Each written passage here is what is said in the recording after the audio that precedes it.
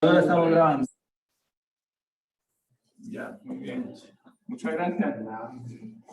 21 hoy. 21 de septiembre. Electivo de medieval. Bien. Me parece que nos tocaba todavía una cola del texto de Boecio, ¿cierto?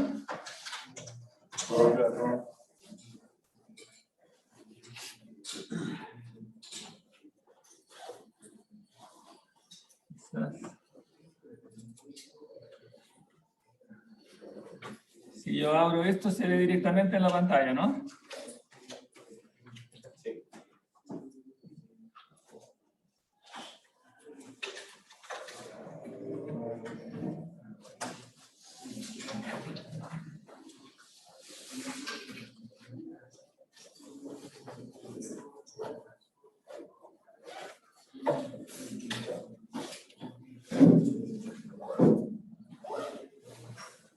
Retomemos lo de acá.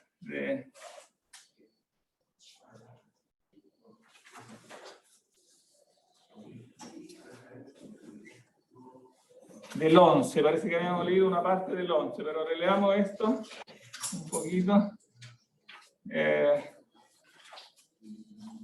¿Quién quiere partir? ¿Se ve bien? Sí. ¿Quién parte? O si quieren leer un numerito cada uno para turnarse.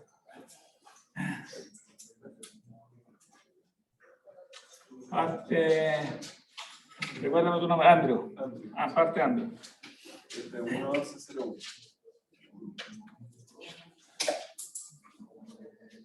Esta es, por lo tanto, al presente, la cuestión acerca de las cosas propuestas, que nosotros resolveremos con este razonamiento con el acuerdo de Alejandro.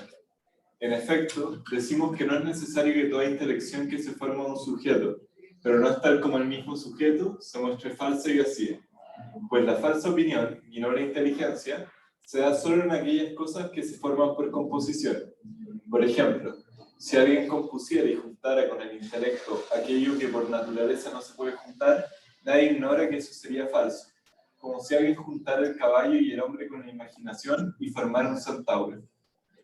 Pero si esto ocurriera por división y abstracción, ciertamente la cosa no es tal como la intelección.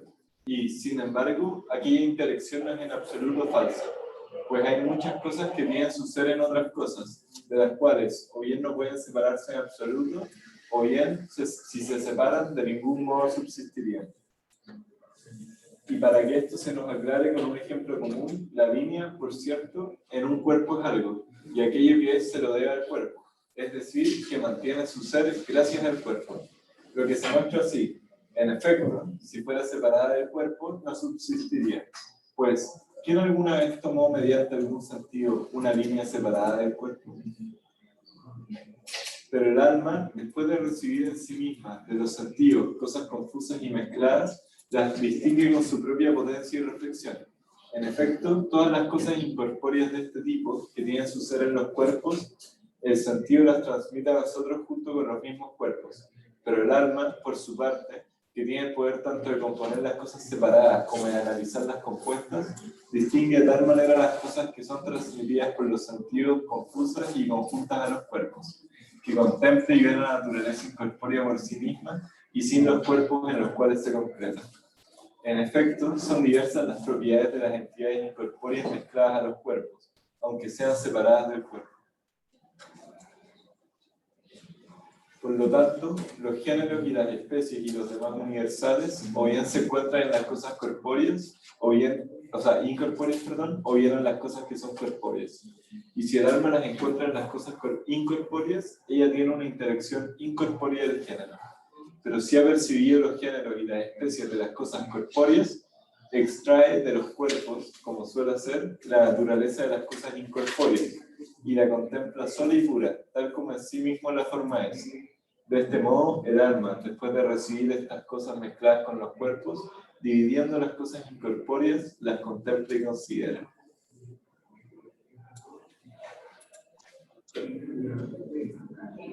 Por lo tanto, nadie diga que nosotros pensamos la línea falsamente, porque la captamos con la mente de tal manera como si existiera más allá de los cuerpos, cuando en cambio no puede existir fuera de los cuerpos. En efecto, no toda interacción que se toma de cosas subyacentes, de modo distinto de como las cosas son, debe ser considerado falso. Sino, como se ha dicho arriba, es falsa aquella interacción que hace esto en la composición, como cuando, juntando un hombre y un caballo, piensa que existe el centauro. En cambio, la interacción que realiza esto en las divisiones y abstracciones y asunciones de aquellas cosas en las cuales son, no solo no es falsa, sino que incluso es la única que puede encontrar lo que propiamente es verdadero. Por lo tanto, las cosas de este tipo, es decir, los universales, están en las cosas corporales y sensibles, pero son entendidas fuera de los sensibles, para que se pueda comprender la naturaleza propia de ellas.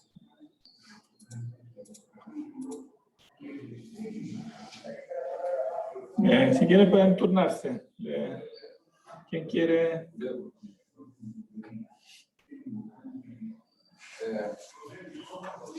Por lo tanto, cuando se piensa en los géneros y las especies, entonces, desde aquellas cosas singulares en las que existen se recoge su semejanza, tal como de los hombres singulares, diferentes entre sí, se recoge la semejanza, similitud de la humanidad. Y esta semejanza, pensada por el alma y verazmente contemplada, se vuelve la especie. Y la semejanza, considerada a su vez de estas especies diferentes, semejanza que no puede existir sino en las especies mismas o en sus individuos, produce el género. Por lo tanto, estas entidades, o sea, los universales, existen por un lado en los entes singulares, pero se piensan como universales. La especie no debe ser considerada nada más que el pensamiento reunido, cogitatio, colecta, a partir de los individuos numéricamente diferentes, con una semejanza sustancial. El género, en cambio, un pensamiento reunido a partir de la semejanza de las especies. Pero esta semejanza, cuando existen los singulares, se vuelve sensible. Cuando existen los universales, se vuelve inteligible. Del mismo modo, cuando es sensible, permanecen los singulares. Cuando es entendida, se vuelve universal. Subsisten, por tanto, en los sensibles, circa sensibilidad, pero se entienden fuera del cuerpo, praeter corpora.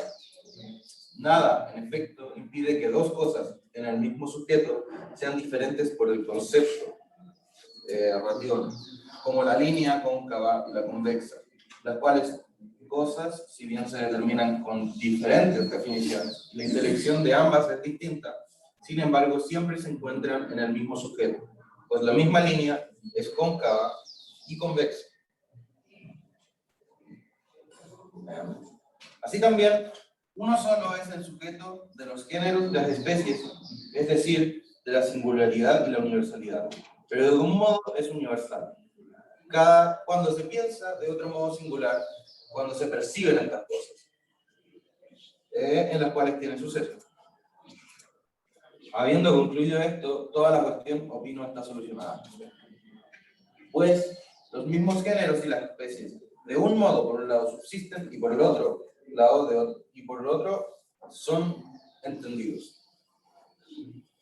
Y son incorpóreos, pero junto con los sensibles. Subsisten en los sensibles. Pero son entendidos como si fueran subsistentes por sí mismos, y no pudieran suceder en otros entes. Pero Platón estima que los géneros y las especies y los demás universales no solo se entienden como universales, sino también existen y subsisten. Ese ad pues subsiste fuera de los cuerpos, praeter corpora. Aristóteles, en cambio, estima que se entienden como incorpóreos y universales, pero subsisten en los sensibles. Y yo no estimé oportuno dirimir las opiniones de ambos, pues eso pertenece a una más alta filosofía. Pero por eso hemos seguido la opinión de Aristóteles, no porque la aprobáramos en grado sumo, sino porque este libro ha sido escrito sobre las categorías que es una obra de Aristóteles. Bueno, y aquí termina el capítulo, entonces lavándose las manos. Y yo, claro, en el fondo resumo la opinión de Aristóteles, pero no me convence demasiado, pero ahora no entro en esta discusión y, claro, no es una opción que yo tomo porque me guste más, sino porque este libro ha sido escrito sobre las categorías. O sea, la introducción es un comentario, la introducción de Porfirio a las categorías que él está a su vez traduciendo, ¿no? y comentando. Entonces, claro, pero todas estas soluciones son importantes, no tanto porque sean verdaderas soluciones, ¿no? Sino porque se volverán tradicionales. Entonces, en el fondo, sobre estas soluciones después se construirán la mayoría, prácticamente casi todas, las teorías sobre los universales medievales y yo diría incluso modernos. Incluso después estas soluciones llegarán hasta la época moderna y entonces se constituirán líneas que, digamos, que hay que tener en cuenta. Pero crear, claro, como son soluciones, una solución, esta que presenta aquí, una solución parche, de alguna manera después siempre creará una ambigüedad, o sea, creará una discusión que nunca se resolverá del todo, yo diría, en la Edad Media, y ni siquiera después en la Edad Moderna, o sea, seguirá abierto, ¿no? como problema. Yo traté de poner en verde lo que me parece parche, para que ustedes me digan por qué. ¿Por qué es parche esto que pongo en verde? ¿No? O qué ambigüedad o qué problema esconde ese tipo de solución, ¿no?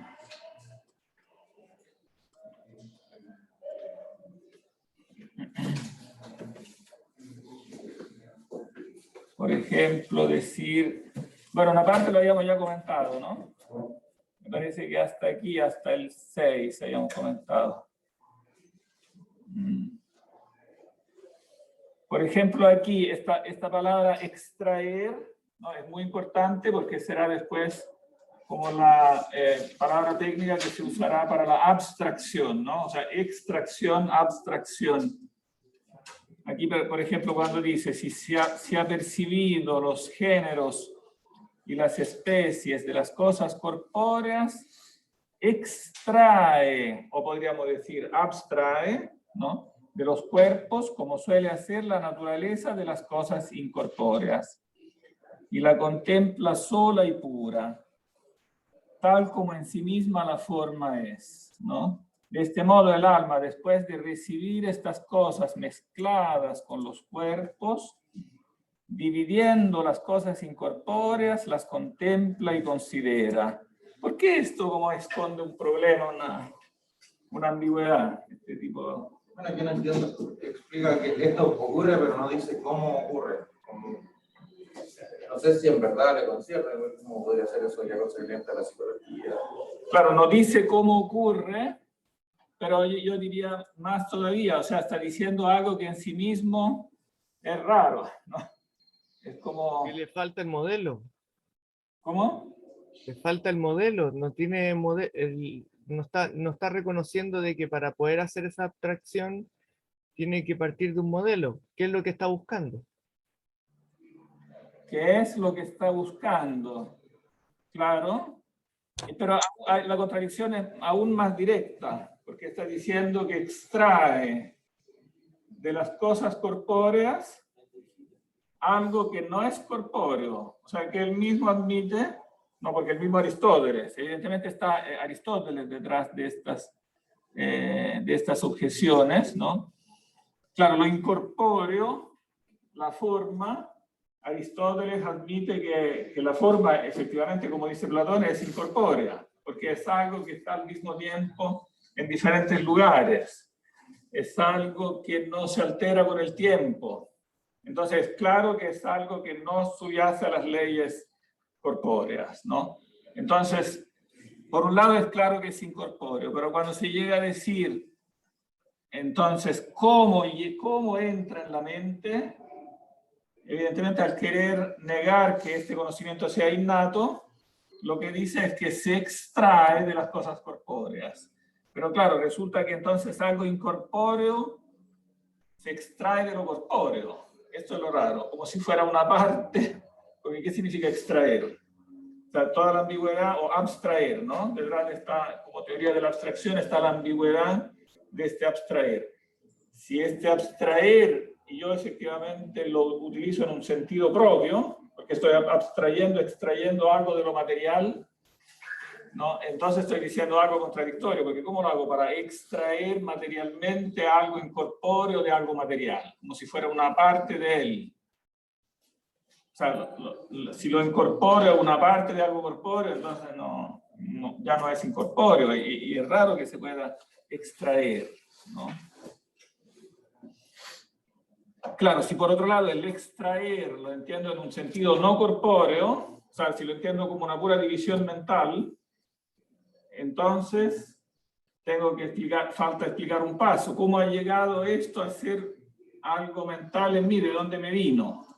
¿No? ¿De dónde se generó? Si no sé, si su causa primera no es el ente material, entonces ¿dónde está la causa primera? No, eso no se dice aquí explícitamente.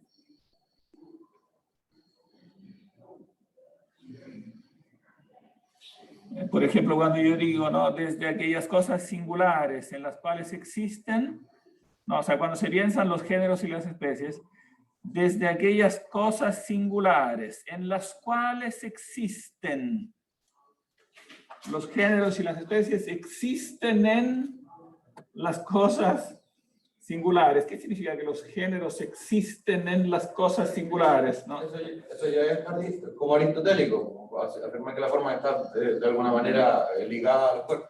Claro, que está ligada al cuerpo, ¿no? O este existir claro, ¿qué significa exactamente? Porque si existe como algo que está en el cuerpo singular, ¿no? Entonces, ¿cómo lo hace para hacer semejanza? Porque la semejanza, digamos, incluye la comparación entre diferentes cuerpos. ¿Cómo lo hace la semejanza para estar en el cuerpo singular? Por ejemplo, si yo digo que Andrew se asemeja a su papá. La semejanza, ¿dónde está? ¿Está en él? Sí, uno dice, pero ¿en qué sentido? Porque está en él. O sea, yo digo que está en él, pero cuando lo comparo con este otro señor, entonces está, pero no está en un sentido como el pelo está en él, como un accidente está en él, ¿no? Yo digo, el pelo está en Andrew, pero la semejanza con su papá está en él, pero evidentemente se equivoca la fórmula. No está en él en el sentido de que yo se la predico de él cuando lo comparo con su papá. Pero supongamos por un momento que yo, digamos, prescinda de este otro individuo, entonces ya no está en él, no, digamos, no es algo que está, sino que está o no está según como yo lo considero inteligiblemente. Entonces, en el fondo, la semejanza con igual derecho se puede decir que está fuera de él, porque está en él, sí, pero está en él en cuanto lo comparo con otro. La semejanza entre ambos no está como tal, como una cosa real, ¿no? Como una cosa real dentro de ambos.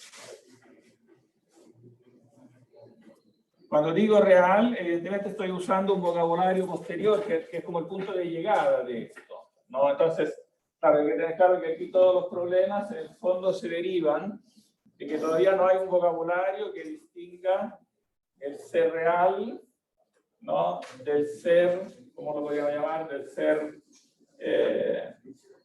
racional, o del ser virtual, o del ser inteligible, en fracciones. Entonces, claro, si real, no, ¿verdad que tengo que escribir en esta otra? ¿Quiere que lo vea en la casa? Ah, para verlo tengo que apretar el pulsante, ¿no? Acá.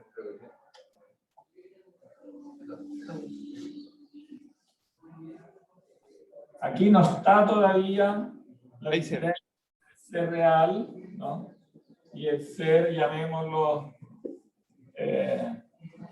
virtual o racional.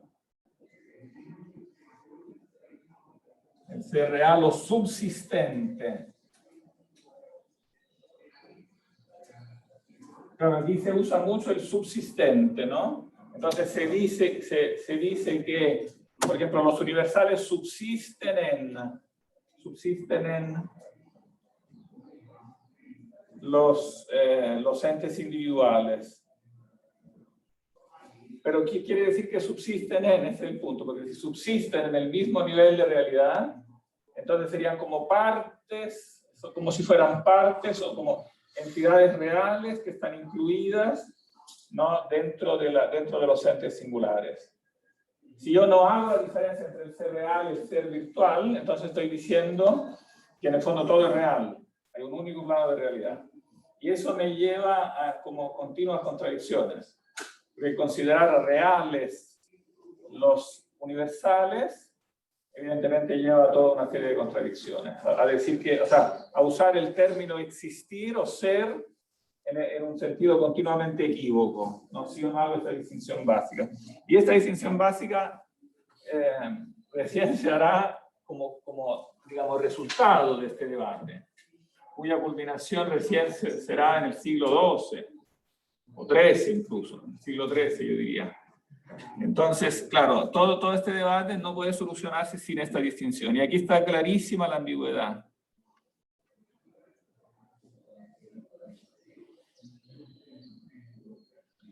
Y que lleva, por ejemplo, a esta otra paradoja, ¿no? La semejanza, ¿no? Esta semejanza, cuando existen los singulares, se vuelve sensible.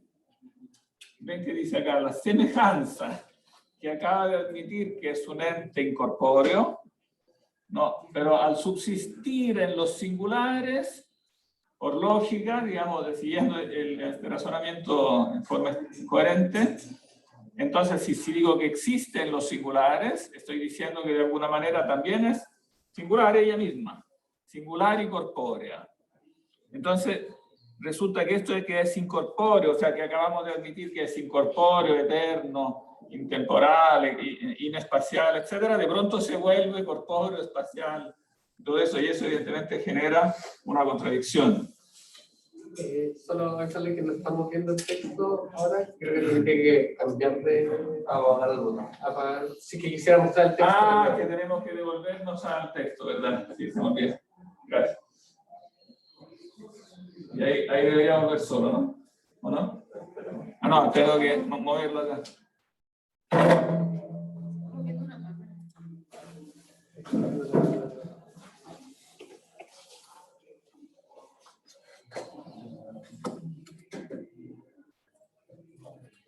Ah, no basta con hablar de esto.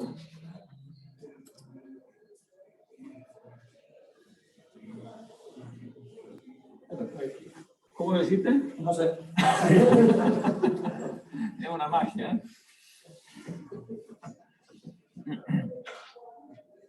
Entonces, resulta una entidad muy extraña, porque cuando es sensible, ella permanece en los singulares, claro, porque es algo sensible, ¿no? Y cuando es entendida, se vuelve universal, ¿no? Como si el universal fuera algo que pueda volverse diferentes cosas, ¿no? Todo eso es, repito, contradictorio con la naturaleza del universal. Lo que caracteriza al universal es que no cambia, que es una entidad que no puede modificarse como cambiar de estado, ¿no? Esto está en la base de la doctrina del cambio de estado, como los diferentes estados del universal.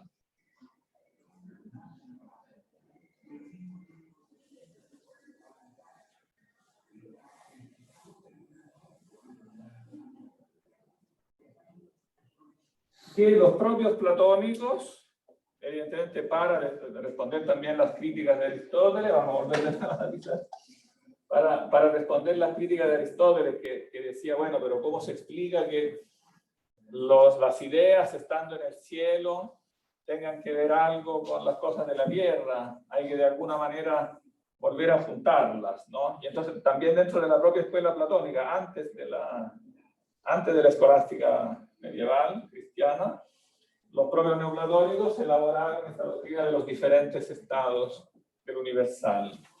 Ese libro de Libera es interesante porque reúne varias citas de los neoplatónicos. Lo malo que da la referencia sin la cita. Yo me esforcé de juntar las citas mismas y voy a subirle como una antología de esas citas.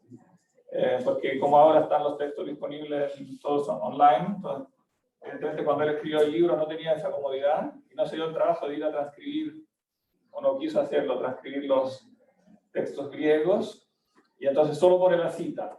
Pero ahí les va a dar la cita y en el fondo ellos distinguen el universal como anterem, universal, anterem, lo pongo en latín, pero es un trabajo que hicieron ya los griegos. Antes de la cosa, el universal en la cosa y el universal después de la cosa. No, para mostrar que en el fondo no porque los universales estén en el cielo, no pueden estar también en la tierra, en otro sentido. O sea, hay universales antes de la cosa, que son básicamente las ideas platónicas, ¿no? Los universales que existen en el nous, en la mente de Dios. Eso no les impide, como dice Aristóteles, o sea, respondiendo a Aristóteles, no les impide después estar en las cosas,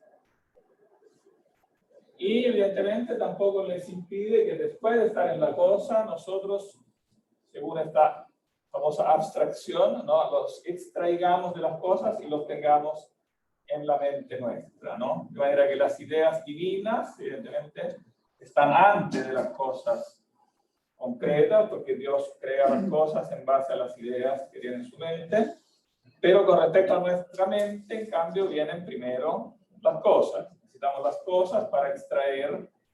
Ahora, obviamente que eso es verdad, que necesitamos las cosas para conocerlas, ¿no? Otra cosa, después otra pregunta más difícil es ver si eso evidentemente ocurre, efectivamente ocurre por esta extracción o hace falta explicar eso de una manera un poco distinta, ¿no? Ahí está un poco todo el debate.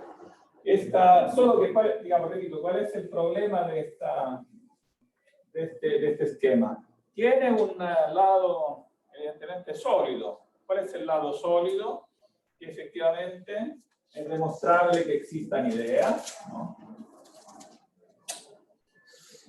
Se acepta la demostración platónica que las ideas existen, ¿no? Como estas entidades eternas, etcétera, etcétera. Después tiene la ventaja que se le responde a Aristóteles, seríamos, el hecho que sean eternas no les impide ser las causas ejemplares de las cosas, por lo tanto, están en las cosas como formas, como son las formas de las cosas, son algo que efectivamente está informando la cosa. Entonces, en ese sentido, tiene que estar en la cosa, ¿no? Y por otro lado, evidentemente es innegable que también están en nuestra mente, porque si no, ¿cómo podríamos hablar de las cosas si no tuviéramos los conceptos, ¿no? Entonces, es claro que también existen los conceptos de las cosas en la mente humana.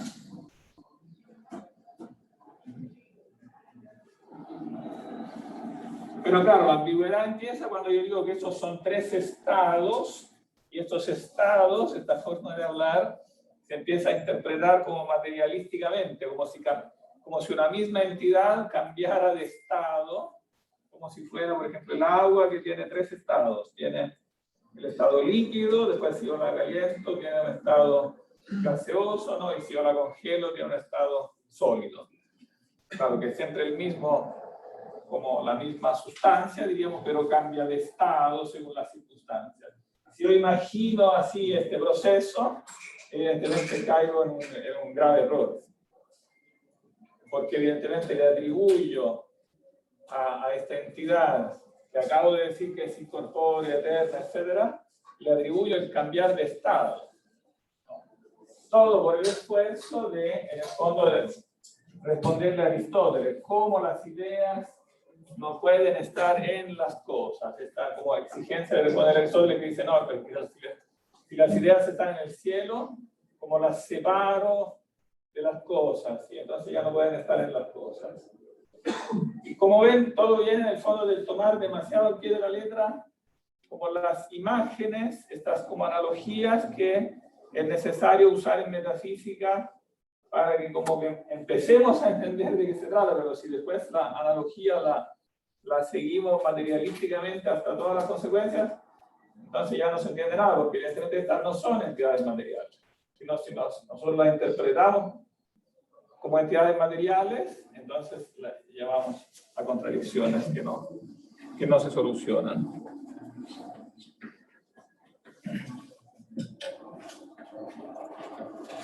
Y ahora esto se apagó, ahora hay que hacer de nuevo la magia, ¿ven? Voy a ver si hago yo también la magia. Sí. ¿Ah? Ahí apareció. Yo no hice nada. Solamente toqué el mouse. Basta tocar el mouse.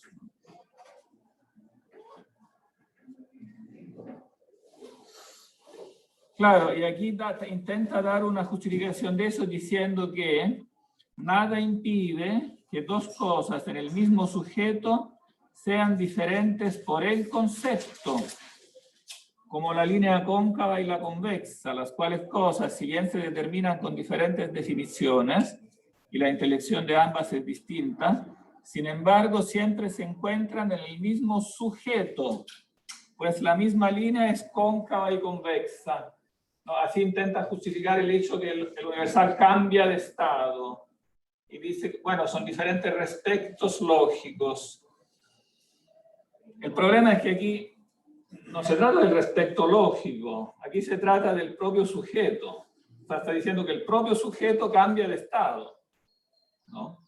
Que se vuelve, ¿no?, sensible cuando yo lo considero. Ahora, si yo especificara que este volverse no hay que entenderlo literalmente, y es solamente un respecto lógico, ahí la justificación podría resultar. O sea, yo tendría que decir, no que, pero no dice exactamente así, lo que tendría que decir para justificarlo de verdad sería que efectivamente el universal ante remo y re es efectivamente el mismo sujeto que no cambia de estado, ¿no?, y que yo lo considero bajo dos diferentes ángulos. Uno, cuando lo estoy considerando por sí mismo, o sea, la idea no es más que la esencia de la cosa considerada en sí, ¿no? Y en cambio se vuelve forma de la cosa cuando la considero en relación con la cosa, pero es un mero respecto lógico, no es que esté cambiando de estado, ¿no?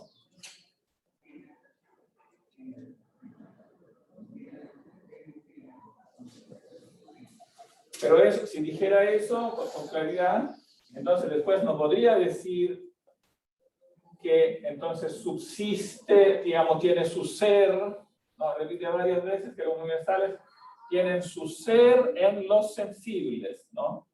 Tienen su ser en los sensibles, pero son entendidos como incorpóreos, ¿no? ¿Qué tendría que decir en cambio? O sea, ¿dónde está en esa manera de hablar el error? O sea, claro, esto tiene que ver como con la función del universal y ellos lo están como hablando en un lenguaje más material. Más que con la función, con el estatuto ontológico del universal. Y cuando yo digo que tiene su ser en el singular, estoy diciendo cuál es como el apoyo de su ser, o sea, la base de su ser, donde está colocado su ser. Entonces, como el estatus ontológico. Si yo digo que tiene su ser, si yo digo, por ejemplo, que la humanidad tiene su ser en los seres humanos singulares, tiene su ser en el sentido estricto, o sea, la fundamentación de su ser, ¿no? Si digo eso, evidentemente me contradigo, porque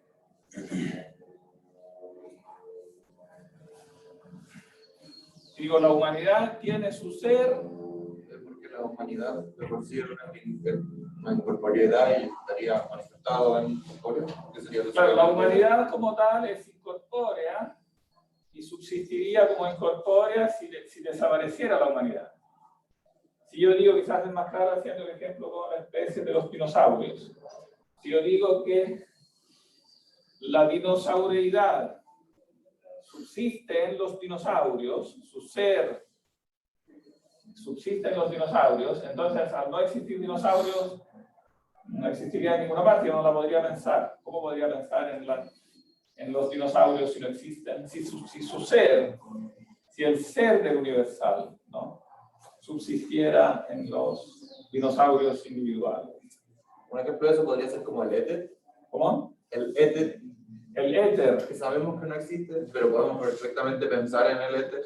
Y antes, Claro. si subsistiera en lo que era el éter y después se descubrió que no existía, entonces no se podría perder. Claro, exactamente. Y vale para todas las entidades también matemáticas, como decía antes, el ejemplo de la línea. Antes dijo la línea tiene su ser en este cuerpo que tiene ahí una línea. Pero resulta que la línea existía de antes de eso. Y también sigue existiendo si yo destruyo esa silla. Y si yo destruyera todas las cosas que tienen líneas, seguiría existiendo la línea. Y si yo destruyera todo el mundo, seguiría existiendo igual la línea, porque la línea en sí no tiene nada que la condicione como corpóreamente, ¿no? Entonces, evidentemente no tiene su ser ahí, ¿no? Su ser, ¿dónde lo tiene? Que es lo que Aristóteles no le quiere conceder a Platón, pero que es inevitable. ¿Ah? Pues claro, tiene su ser en un mundo en sí, en una dimensión en sí. O sea, en otras palabras, no existen en otro, no tiene su ser en otro, tiene su ser en sí. Digamos, eso es lo que quiere decir Platón cuando dice auto, ¿no? Tiene un ser autónomo. Si yo lo hago depender de otro ser, me contradigo, porque tienen en sí elementos que demuestran que tienen su ser autónomo. Que yo puedo pensarlas como entidades autónomas, ¿no?, sin necesidad que existan las cosas de las cuales se predican. Ahora, evidentemente, como su ser autónomo es un ser pensado, porque son ideas, entonces sí se necesita que tengan su ser en una mente, ¿no? Y ahí que Platón dice, claro, y después los neoplatónicos lo sistematizarán, dirán, claro, las ideas evidentemente están en alguna parte, no física, pero esta cosa en la que están no puede ser otra que una mente. Y entonces existe una mente, ¿no? Existe una mente absoluta, un nous. Bueno, absoluta evidentemente es una jerga moderna. Los modernos empezaron a usar esta palabra absoluto. Bueno, evidentemente la palabra es medieval, ¿no? Pero después tendrá mucho éxito en la época moderna, ¿no? No dicen así los griegos simplemente lo expresan con este término de auto, ¿no? O sea, que existe en sí, que es algo autónomo, ¿no? Si es algo autónomo, no puede ser reducido a otra cosa, ese es el punto. No lo puedo reducir a ser como parte de otra cosa, componente de otra cosa, que tenga su ser en otra cosa, salvo la mente, digamos, que evidentemente es necesaria. Profesor, ¿Sí? a esta altura, viéndolo así como usted lo está planteando, se podría caer, como se dice, o como dice Rosmini, por exceso o por defecto, que si tiene que estar en una mente, en un nous, podemos caer por una parte en una especie de gnosticismo que nos lleve a decir que podemos alcanzar ese nous y alcanzar un conocimiento divino. Y por otra parte, eso como por un extremo, y por el otro extremo, decir que simplemente eso está en un individuo particular, como de una manera moderna, como que está el sujeto y el objeto modernamente.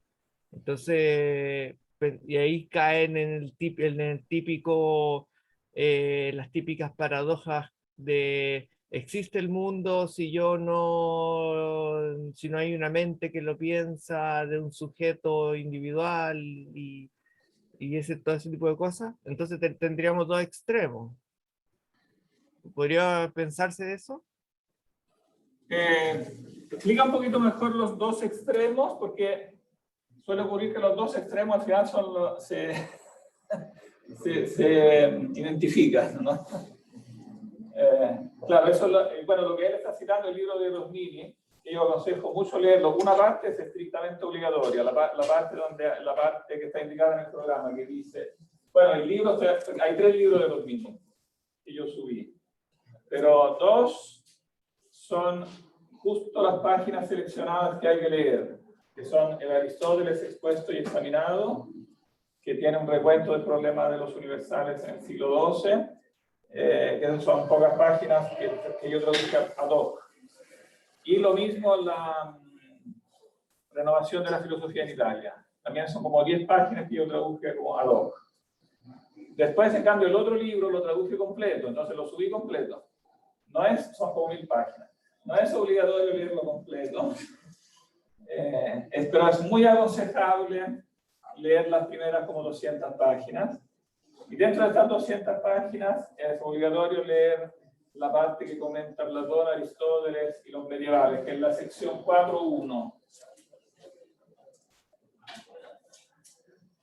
Se llama Nuevo ensayo sobre el origen de las ideas.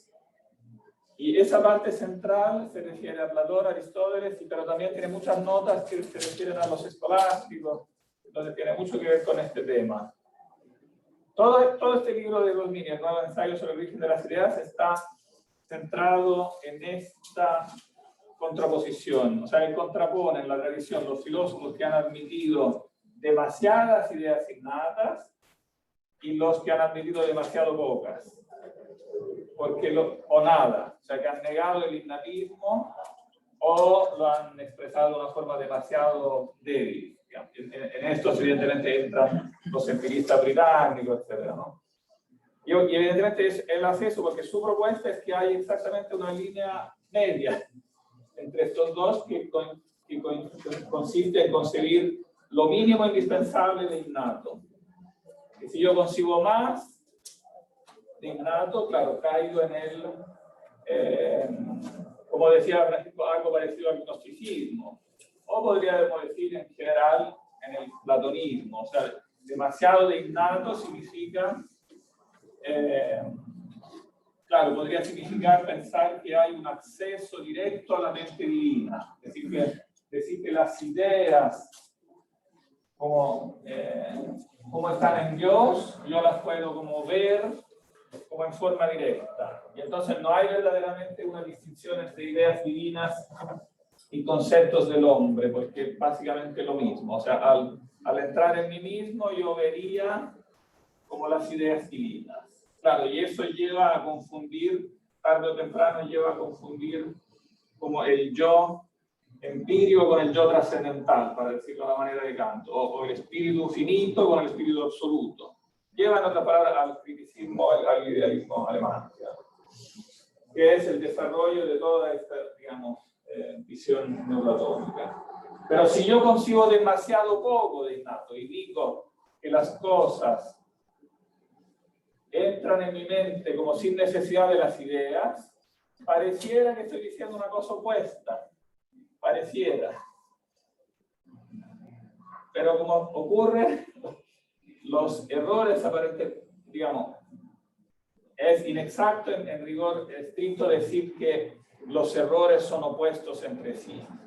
Porque, en definitiva, los errores son opuestos a la verdad. Son contrarios a la verdad en términos lógicos.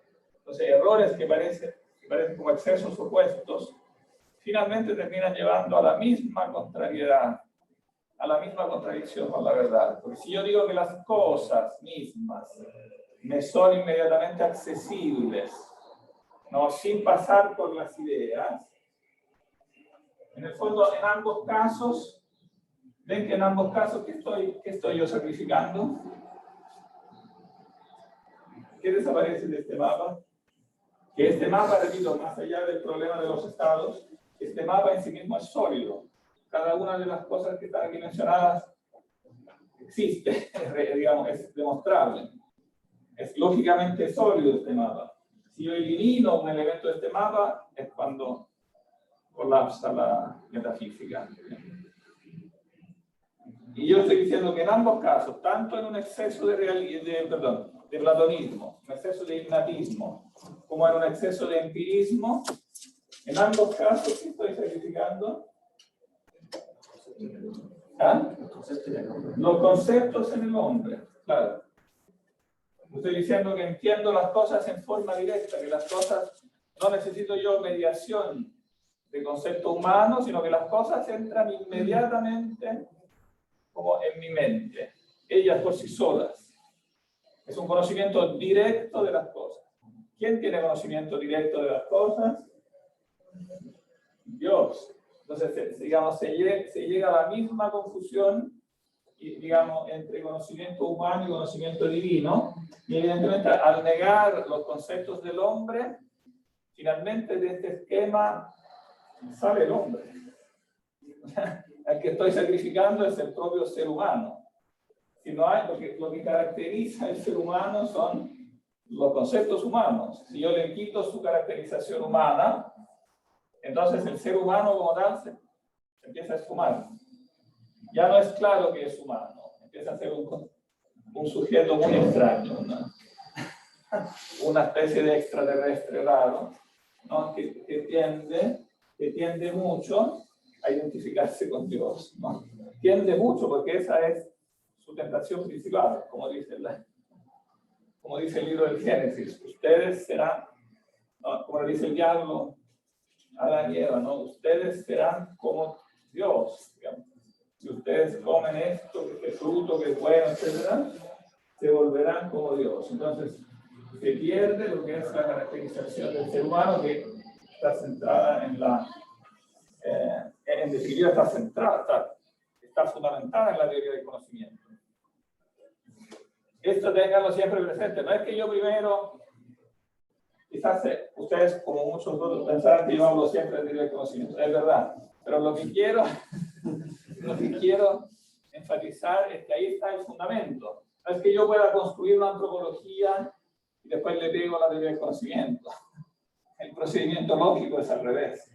No, es sobre la teoría del conocimiento que tengo que fundamentar la antropología, porque es sobre la manera de conocer humana que yo puedo saber quién es el ser humano. Básicamente, eso depende de todo el resto. No, depende de la ética, la antropología, todo el resto que construyo. Claro que yo puedo no darme cuenta de eso y construir como departamentos separados, pero evidentemente no será una filosofía muy sólida. Puede que diga cosas interesantes sobre cada uno de estos temas, pero como conjunto, como sistema, será frágil, será fácilmente atacable. Profe, yo no entendí por qué si uno, o sea, entendí que si uno como que va a la posición en la que hay mucho como conocimiento innato, desaparece como el concepto en el ser humano. Claro. Pero lo que no entendí sería por qué si uno saca como todo lo innato, que sería como el otro, o al contrario de eso, también desaparece el concepto en el ser humano. Claro, eso no lo hemos explicado bien, efectivamente. Pero quizás alguien podría adivinar por qué. O sea, si yo digo que conozco, que será una... Aquí es interesante este texto, porque conversando este texto se pueden anticipar como todas las líneas que después serán presentadas. Por ejemplo, la teoría de Occam, como terminando la Edad Media, dirá algo muy parecido a esto, que no se necesitan universales, en definitiva, porque o no son primarios, no son algo irreductible, sino que lo que son irreductibles son las cosas singulares. Y las cosas singulares entran en mi mente, tal cual. O sea, como que él elimina todo esto de la abstracción, del intelecto agente, y dice, sí, hay en nuestra mente algo que llamamos conceptos, que son los signos de las cosas, ¿no? Pero en el fondo lo importante es que las cosas mismas, ellas entran en mi mente, ¿no? Sin necesidad como de estas entidades llamadas conceptos, que al final no son más que como que unas etiquetas, que mágicamente yo le voy poniendo a las cosas, pero las cosas, ellas, están en la mente, las cosas significadas. Puede ser que al pensar que las cosas como que naturalmente las absorbiésemos sin la necesidad de los conceptos, lo universal, la idea, todo esto que estamos analizando, empecemos a hablar de una forma de conocer que no es propiamente tan humana, que no es como la forma en la que efectivamente se da que conozcamos las cosas. Y en ese sentido, supongo que se puede pensar que se sacrifica como la humanidad o como al humano, intentando acercarlo a Dios, intentando acercarlo a algo más allá de lo que va a sus capacidades propiamente tal las que tiene el ser humano. O este extraterrestre raro que dijo en algún momento. Claro, porque si yo digo que digamos que la cosa me es inteligible directamente, ¿qué es lo que no cuadra, digamos, no cuadra con la realidad de esto, con la experiencia que tenemos? Si yo digo que la cosa es inmediatamente inteligible, sin necesidad de esta mediación, que son los conceptos, entonces, ¿cómo conozco yo esta cosa? Tendría que conocerla siempre tal y como es. Claro, sería, tendría que conocerla siempre tal y como es, porque es la cosa misma, ella que está entrando, ¿no? Y lo mismo sucede lo mismo que cuando yo digo que conozco mediante la reminiscencia directa de la especie eterna, de la idea eterna. Entonces, si fuera así, entonces al ver un perro, yo recordaría el perro en sí directamente, y entonces el perro lo conocería perfectamente. No podría, sería absurdo todo lo que ocurre con el progreso de la ciencia. Sería inútil. Yo conocería directamente, ¿no? Toda la perfección del perro tendría un acceso directo a eso. Entonces, al perderse como esa mediación, que son los conceptos universales en el hombre, en el fondo lo que ocurre metafísicamente es que yo mismo me transformo en esa como esencia universal que todo lo comprende. Si no hay un universal diferente a mí, entonces yo mismo soy el universal, ¿no? Es un poco el tipo de confusión que se produce en el kantismo cuando se habla del yo empírico y el yo trascendental, ¿no? El yo empírico es claro que soy yo, tú, etc. Somos yo empíricos en el vocabulario, que no tiene nada especialmente extraño. Yo empírico, digamos, una frase que podemos entender.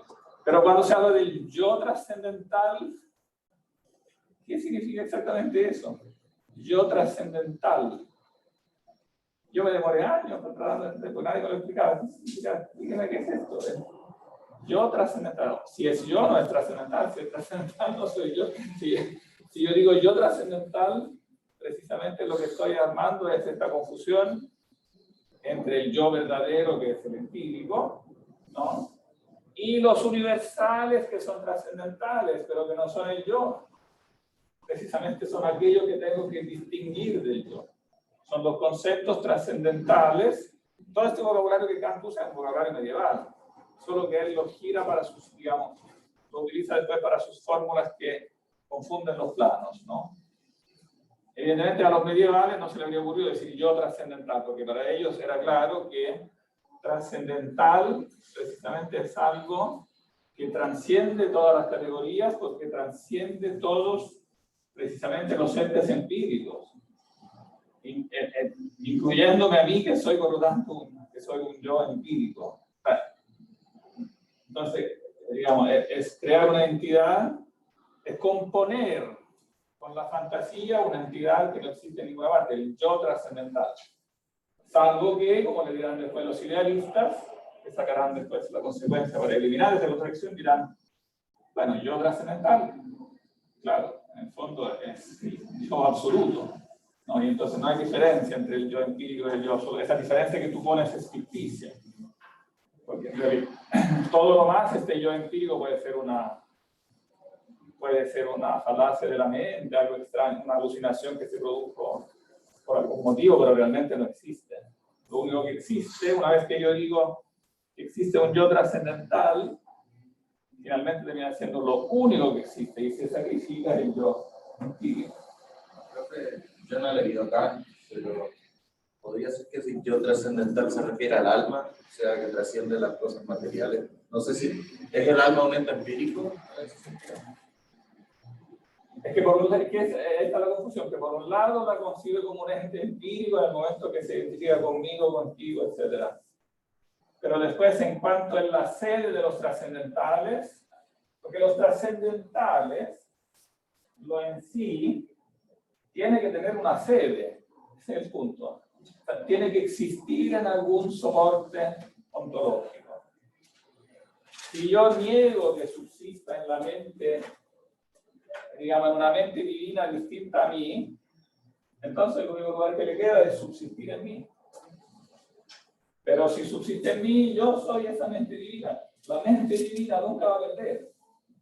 Soy yo el que salgo del mapa. Cuando yo niego a Dios, cuando yo hago esta operación, lo que después será la operación favorita de muchos filósofos del siglo XIX, ¿no? Negar a Dios, el ateísmo del siglo XIX. Viene de ahí, porque en el fondo quieren concentrar en el hombre todo para eliminar a Dios, ¿no? Pero resulta que Dios nunca va a perder, porque es como si yo quisiera, ¿no? quitarle valor en la bolsa de valores, quitarle valor al oro. Nunca voy a lograr eso, digamos, tiene que haber algo, digamos, que es el punto de referencia de los valores, ¿no? Y metafísica es solo una analogía, evidentemente. En metafísica, el punto de partida, yo lo llamo Dios. Si yo me llamo a mí el punto de partida y niego a Dios, creo que he matado a Dios, creo que he dicho que Dios ha muerto. Pero la fórmula lógicamente es contradictoria y se resuelve en negar al hombre. El hombre ha muerto en esta fórmula. Porque el punto de partida de la realidad se ha vuelto el hombre, pero como el hombre no puede sostenerlo, en el fondo vuelve por gravedad donde está. Y el que se sacrifica es el hombre porque ha perdido su verdadera caracterización. No puede tolerar esta, digamos, ese estatus que se le quiere imponer a la fuerza, el ser Dios, y entonces lo que resulta es que ya no tiene ningún estatus, ¿no? Como presunto antropocentrismo es una falacia, porque en el centro de la mente no puede estar otra cosa que no sea verdaderamente el centro, ¿no? Aquello que yo considero el punto de partida de la realidad. No, ¿qué podría decir? ¿Y qué tal si no hay punto de partida? ¿No? Es que la mente humana funciona como un punto de partida. No lo puedes quitar de la mente. Por eso es tan importante entender que el punto de partida, digamos, de la mente tiene que ver directamente con cómo tú interpretas el punto de partida de la realidad. Como la metafísica está centrada en la teoría del conocimiento. ¿Qué decían? Quizás es mejor si se entiende el sujeto trascendental o el yo trascendental como por el nombre de unidad sintética originaria de la percepción, y así se le entiende como la conciencia que acompaña a toda representación. Y ahí se puede entender mejor como punto de partida. ¿Cómo no lo entendí? Un poquito más fuerte. Si uno quiere entender el yo trascendental, el sujeto trascendental. Exacto, avanza un poquito, que no sé si la máquina te está grabando. Decía que a propósito de esta discusión, si uno quiere entender el sujeto trascendental o el yo trascendental como un punto de partida, uno puede entenderlo como con el otro nombre que le pone Kant, que es la unidad sintético originaria de la percepción, y así uno lo puede entender como la conciencia que acompaña a toda representación. Y en esa medida en que uno entiende como esa conciencia, como si yo pienso, es más fácil entenderlo como punto de partida, al menos por efecto de la discusión en lo medieval. ¿O no está de acuerdo? Claro, el problema es que tú tienes que aclarar, siempre en estas fórmulas, tienes que aclarar punto de partida para quién. ¿El punto de partida para mí o es el punto de partida en sí? Eso. El problema es que las cosas, digamos, toda la discusión gira en torno a que las cosas son inteligibles para mí, pero porque son inteligibles en sí. Ese es el punto. Claro. Si yo no distingo esos dos planos, entonces excluyo digamos, la existencia en sí de las ideas y en ese sentido inevitablemente me las voy a atribuir a mí. Las ideas las voy a colocar en mí. Yo paso a ser a ese punto el centro de partida, el punto de partida de la realidad. Pero la mente no puede funcionar sin ese punto de partida metafísico de la realidad. Profesor, ¿Sí? ¿qué pasa con el tema de Kant? Que, por ejemplo, el compañero acababa de mencionar el tema de la conciencia, y Kant está trabajando con mundo, alma y Dios. Entonces, por ejemplo, para Kant, estos universales están en el plano que estábamos hablando acá de que los universales tenían que tener una sede. Entonces, esa sede para Kant son los númenos. El nómena está afuera. Entonces, el sujeto individual solo puede captar fenómenos construidos en su esquematismo, que adopta a través de las categorías. Pero ese número le queda afuera. Entonces, él nunca va a poder conocer ni el alma, ni el mundo, ni a Dios. Entonces, él lo saca de su teoría del conocimiento, de la crítica de la razón pura, saca todo esto para quedarse con la estructura vacía de las categorías, pero resulta que después tiene que meterlo por la ventana de la metafísica de las costumbres para poder tener algo a dónde apoyarse. Entonces, a lo que llega es que como no tiene, como antes había dicho, que nunca se iba a poder conocer ese número, que son el punto de apoyo para sus universales, como que él llamaba mundo, alma y Dios. Él los tiene que poner como anzuelos para la moral. Entonces, es como lo único que le queda, es decir, nosotros solamente podemos aspirar moralmente a tratar de acercarnos de alguna manera a eso, como una especie de curva asintótica, como se dice, como que de una aproximación que estamos siempre al borde y a través del deber, Entonces, es una cosa como que deja como impuesta de una manera que angustiosa, y de ahí viene todo el tema que después que el hombre queda en esa desesperación moderna. Claro, porque en el fondo lo que crea es un mecanismo oscilatorio. Él quiere salvar ambas cosas, pero no logra cómo, porque de alguna forma no quiere conceder digamos, el punto de partida de la demostración platónica, es decir, que existen ideas en sí.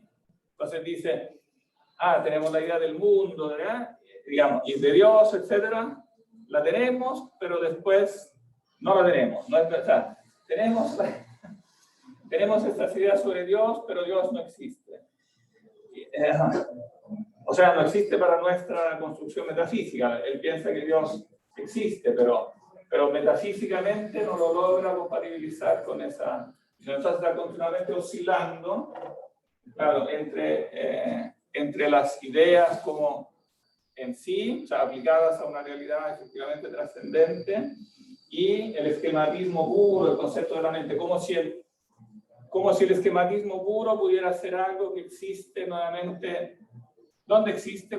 El problema no es cuántos, porque después multiplica las categorías y los esquemas, etc.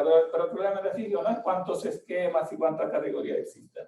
El problema metafísico es dónde están colocados, cuál es su ser, cuál es su centro de gravedad. Ese es el punto. Y ese punto no se resuelve complicando el esquema. Ese es el tema, ¿no? Toda la crítica de la razón pura es una complicación del esquema de las categorías, ¿no? Y esta complicación puede tener cosas entretenidas o interesantes, pero está continuamente eludiendo el problema metafísico de fondo, que lo repito hasta el cansancio. que no es cuántas categorías hay o cómo están organizadas, sino cuál es su estatuto ontológico, dónde ellas existen. ¿Tienen su ser en las cosas? ¿Tienen su ser en mí? ¿O tienen su ser en sí? Si yo niego que tienen su ser en sí, que es la idea fuerza de Platón, que las ideas tienen su ser en sí, finalmente lo tendrán en mí. Si no hay otra, no hay otra opción. Él se lo dijo Fichte, se lo dijo a Kant, no Fichte, Jacobi, antes de Fichte. Jacobi se lo dijo a Kant en una frase de, creo que 8 palabras. Le dijo, o tú, esas 8 palabras son la demolición de toda la crítica de la razón. Es la refutación más corta de la crítica de la razón. Él dice, o hay un Dios diferente a mí, o yo soy Dios. Esa es la alternativa metafísica.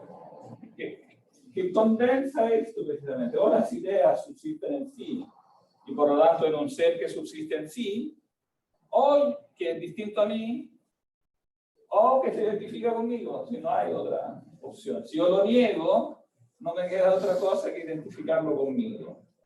Pero identificarlo conmigo me lleva después a una serie de contradicciones empíricas, porque evidentemente yo resulta que no cumplo. Resulta que es muy difícil que cumpla con lo que se requiere al estatus de Dios, y por lo tanto, como no lo cumplo, trataré de imponerlo a la fuerza. Trataré de imponerlo con la dictadura, con la guerra, con todo lo que ustedes quieran. Ustedes han visto la película de Charlie Chaplin que hace Hitler, que juega con el mundo. Es eso en el fondo, ¿no? Claro, como yo no hallo cómo controlar el mundo, lo que hago es inflar un globo y jugar con él, pero claro, después también tengo una Wehrmacht y una cosa que complica, pero el juego es el mismo.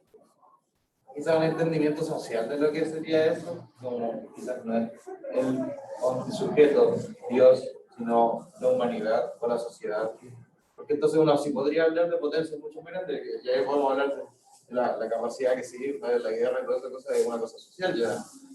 Claro, ahí es donde viene la tragedia. Y como yo no lo puedo cumplir, evidentemente ontológicamente, porque no soy Dios, aunque quiero creerme Dios, resulta que la única forma finalmente lógica que tengo de cumplir, o sea, de hacer como que lo cumplo, de asemejar a eso, es convencer a una multitud de gente, encuadrarla en un ejército, en un proyecto social, político, militar, ¿no?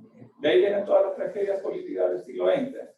Pero yo digo, de ahí también vienen todos los rayos de luz políticos, son de la organización social, que viene de... Bueno, claro, lo que ocurre es que todo error se funda en algo de verdad. Y entonces, evidentemente, que, claro, después en los vaivenes de la historia humana, resulta que cuando en una doctrina, evidentemente, donde hay error, y que, digamos, que siempre un error que está disfrazando alguna verdad, sucede que con el paso del tiempo, que uno lo quiera o no, por muy pecadores que seamos, poco a poco la verdad va de algún modo prevaleciendo. Claro, entonces, claro, en el marxismo, el marxismo es una de las, evidentemente, resultados más evidentes de esto, ¿no? El control, el pensar que se va a controlar, ¿no? Que controlando la sociedad y haciendo una cierta revolución se llegará a un control total, donde finalmente todo se arreglará, que la mente humana logrará controlarlo todo y construir la sociedad perfecta. Este tipo de pensamiento utópico viene directamente de eso, ¿no? Como transformar el hombre en el Dios que puede organizarlo todo. Evidentemente, en esto pueden caber también cosas buenas, como tú dices, ¿no? Que claro, que puede haber cosas que efectivamente el hombre puede mejorar en la sociedad y entonces hacer leyes sociales, y entonces obviamente que del marxismo han venido las dictaduras, pero también han venido reformas sociales, claro, porque la parte verdadera también tiene efecto, y con el paso del tiempo tiende un poco a... pero claro, siempre hay... yo no creo en este como desarrollo lineal. En algunas épocas van como tomando luz las cosas verdaderas, pero puede haber recaídas a la parte mala, etcétera, segundos lugares o países, pero detrás está esta utopía, ¿no? Como filosóficamente está este pensamiento utópico que te convence que tú racionalmente no puedes organizar el mundo, porque tú eres en el fondo el depositario de las ideas. Se trata de entrar en ti mismo y descubrirlas directamente, y así puedes diseñar como el mundo nuevo, ¿no? Brave New World, todas las utopías que han después criticado sobre todo los británicos, ¿no? Han escrito todas estas parodias y todas estas críticas a la gente que, bueno, como el propio Orwell con la, ¿cómo se llama? Con la granja de los animales, gente que había creído en eso, ¿no? Que había venido de ese pensamiento como marxista, y de pronto se da cuenta a qué puede llevar eso, ¿no? Pero no porque sea todo falso en eso, ¿no? Evidentemente, obviamente que las ideas como tales, el hombre, evidentemente hay un parentesco.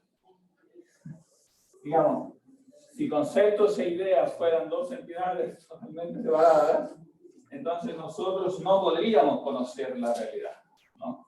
Evidentemente que hay un parentesco entre conceptos humanos y de vida. En un cierto sentido es verdad que entrando dentro de uno mismo, uno puede ir de a poco conociendo algo de las ideas, ¿no? Pero es muy importante mantener la proporción. ¿Cómo se hace eso? ¿Lo puedo hacer de una forma inmediata o se necesita toda una mediación? Ese es el punto principal, ¿no? ¿Cuál es la mediación que me permite conocer eso? Si yo empiezo a desconocer la mediación, empiezo a creerme Dios. Esta es la síntesis. Creo que yo puedo hacerlo solo, que no tengo nada que aprender, por ejemplo, de los filósofos antiguos o medievales, porque de pronto un tipo en el siglo XIX descubrió la verdad, ¿no? Si yo creo eso, entonces empiezo a razonar de una forma cerrada, y no entiendo que esto es una mediación mucho más complicada. Faltan 3 minutos. Pero básicamente aquí terminamos la discusión sobre este texto de Boecio.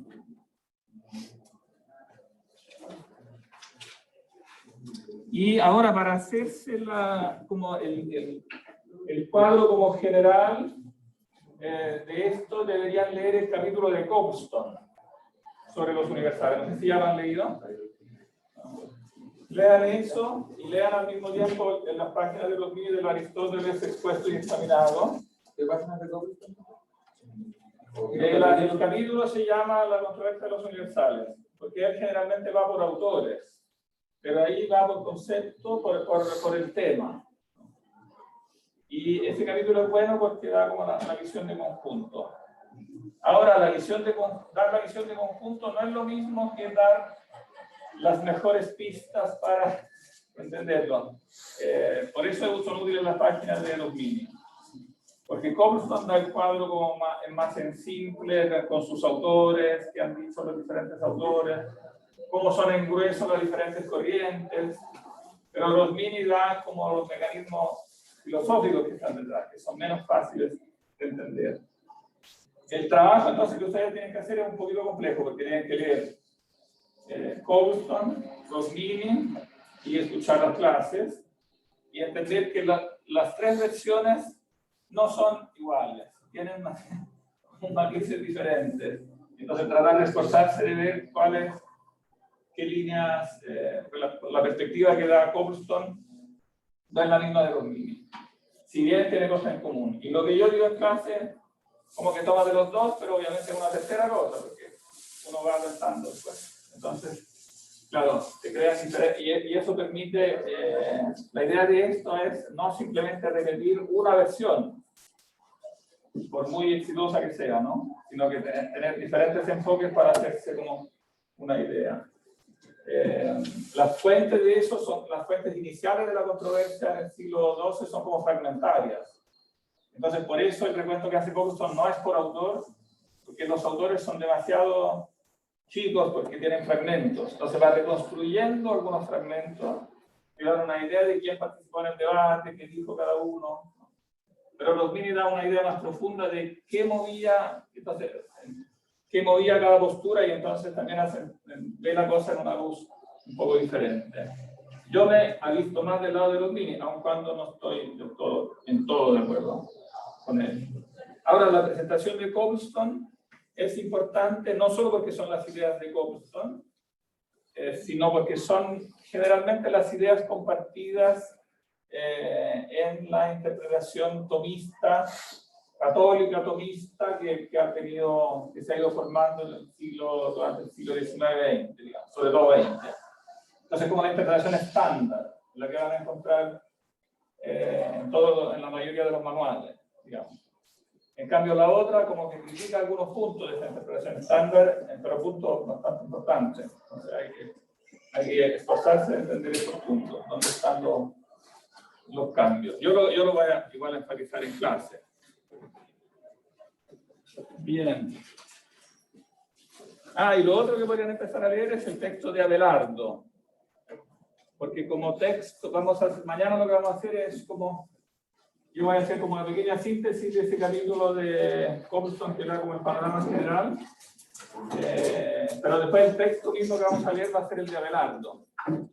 Porque de Abelardo sí tenemos más material, no son solamente fragmentos. Entonces, ahí tenemos más o menos obras enteras.